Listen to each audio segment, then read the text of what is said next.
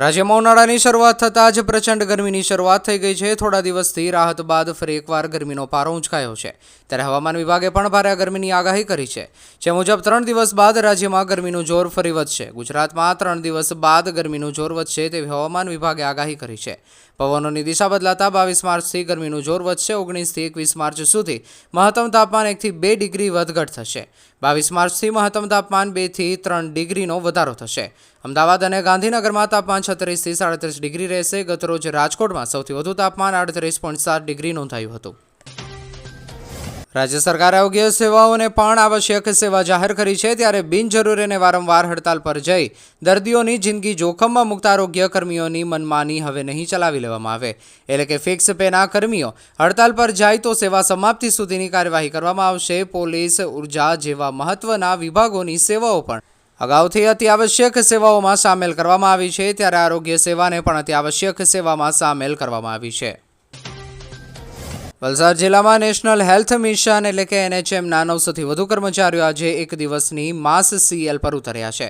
કર્મચારીઓની લાંબી સમયની પડતર માંગણીઓને કોઈ હકારાત્મક નિર્ણય ન આવતા આ નિર્ણય લેવામાં આવ્યો છે। કર્મચારીઓની મુખ્ય માંગણીઓમાં 16 માર્ચ 2024ના રોજ જાહેર કરાયેલા પગાર વધારાના પરિપત્રમાં બેઝિક પેની વિસંગતતા દૂર કરવાનો સમાવેશ થાય છે।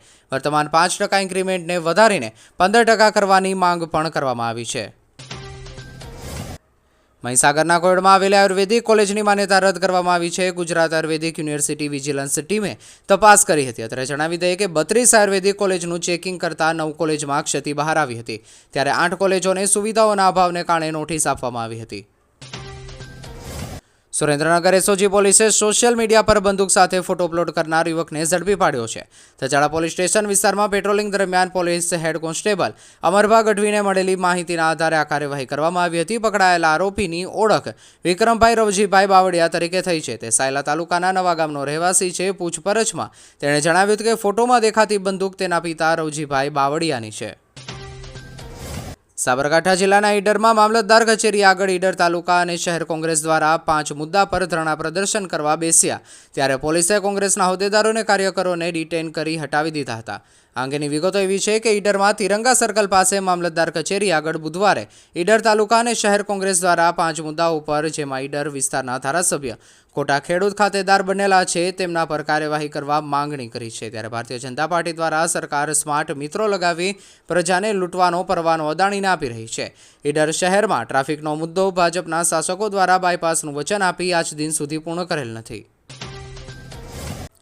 ઊંઝા તાલુકાના લક્ષ્મીપુરા ગામે વાલમ રોડ સ્થિત શ્રી શિવશક્તિ આશ્રમ ખાતે આનંદના ગરબાનું આયોજન કરવામાં આવ્યું।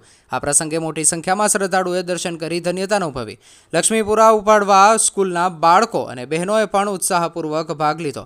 આશ્રમના મહંત અને પીઠાધીશ્વર ઉમાગીરી માતાજીના માર્ગદર્શન હેઠળ અહીં નિયમિત ધાર્મિક કાર્યક્રમનું આયોજન થાય છે। આમાં ભજન, કીર્તન, સુંદરકાંડ, આનંદનો ગરબો, દુર્ગા નવમી, કન્યા ભોજન અને સત્યનારાયણની કથા જેવા કાર્યક્રમો સામેલ છે। આયોજનનો મુખ્ય હેતુ ભક્તોને સનાતન ધર્મ વિશે જોડી રાખવાનો છે। ગુજરાત રાજ્યના આરોગ્ય કર્મચારીઓને ચોક્કસ મુદતની હડતાલ આજે ત્રીજા દિવસે પણ ચાલુ રહી હતી।